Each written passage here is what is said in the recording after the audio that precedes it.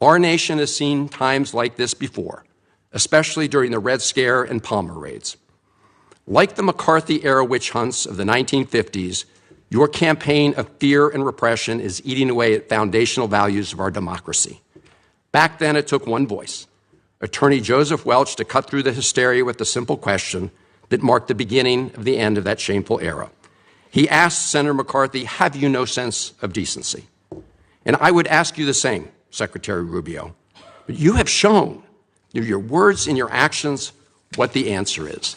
And I have to tell you directly and personally that I regret voting for you for Secretary of State. I yield back. May I respond?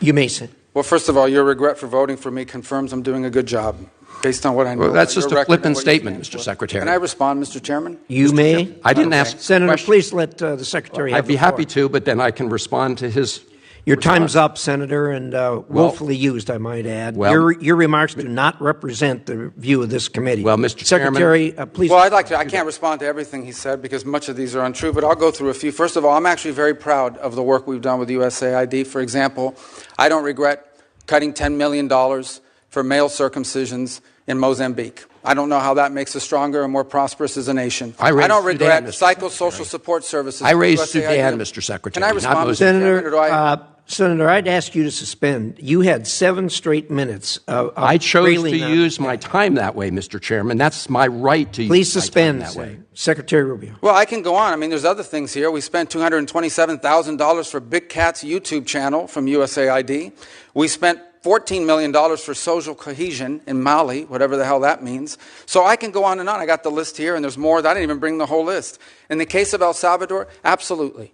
Absolutely. We deported gang members, including the one you had a margarita with. And that guy is a human trafficker, and that guy is a gangbanger, and the evidence is going to be clear. In the days to come, you're going to see who you went to defend. Senator, I'm sorry, please, Mr. Chairman. Secretary Rubio has the floor. Mr. Chairman, he can't make unsubstantiated comments like that. Secretary Rubio has the floor. You've had Secretary your time. Rubio should take that testimony to the federal court in the United States because he hasn't done it under oath. Here's another point, okay? There is a division in our government between the federal branch and the judicial branch. No judge in the judicial branch cannot tell me or the president how to conduct foreign policy. No judge can tell me how I have to outreach to a foreign partner or what I need to say to them. And if I do reach to that foreign partner and talk to them, I am under no obligation to share that with the judiciary branch. Just like a judge cannot order me to negotiate with a foreign minister of Russia, they cannot order me to negotiate with a foreign minister or the president of El Salvador. And if I did negotiate with them, which we have responded to them, and we've told them, we've had communications with the president of El Salvador.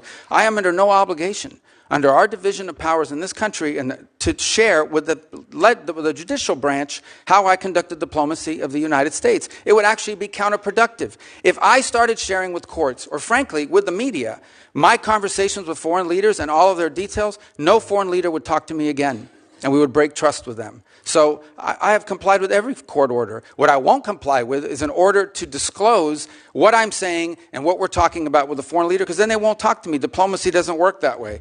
About the student visas, let me say this. I don't deport anybody, and I don't snatch anybody.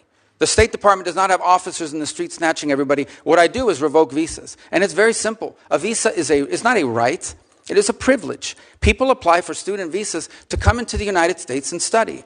And if you tell me that you're coming to the United States to lead campus crusades, to take over libraries and try to burn down buildings and acts of violence, we're not going to give you a visa. Is that what Ms. Ozturk did? We're not going to give you a visa. Is that what she did? Come on, Mr. Secretary. And every single one of these cases, the factors are different. Senator, the bottom line is, if you're coming here to stir up trouble on our campuses, we will deny you a visa. And if you have a visa and we find you, we will revoke it. In the United States? And we're going to do more. There are more coming. We're going to continue to revoke the visas of people who are here as guests and are disrupting our higher education facilities. People are paying money. These kids pay money to go to school, and they have to walk through a bunch of lunatics to the who are here on student newspapers visas. disrupting the foreign policy of the United States. I want to do more. I hope we can find more of these people. That's pathetic, Mr. Secretary. In fact, the other day, some guys led a riot. I forgot what university it was, and I asked, please, can you find the arrest records of all the people that were arrested at that riot at that campus? Because if any of them have a visa, we're going to revoke it. I feel so much safer when you lock up people like Ms. Ozturk, Mr. Secretary.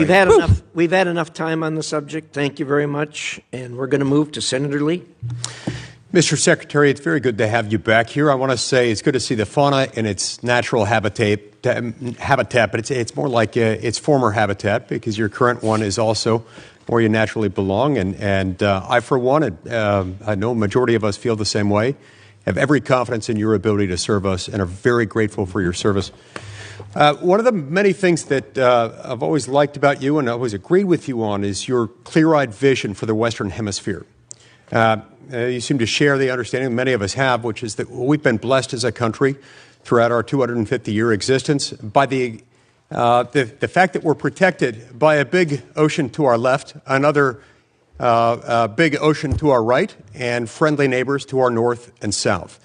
Those natural barriers are good for us and gave rise to the Monroe Doctrine and things like that. And I appreciate the fact that we now have a Secretary of State who understands and appreciates the importance of the Western Hemisphere. So I want to ask you where the Western Hemisphere fits relative to other regions of the globe and, with the current administration. Now, as I understand it, the America First Opportunity Fund is intended to support, quote, America's most enduring and critical partners.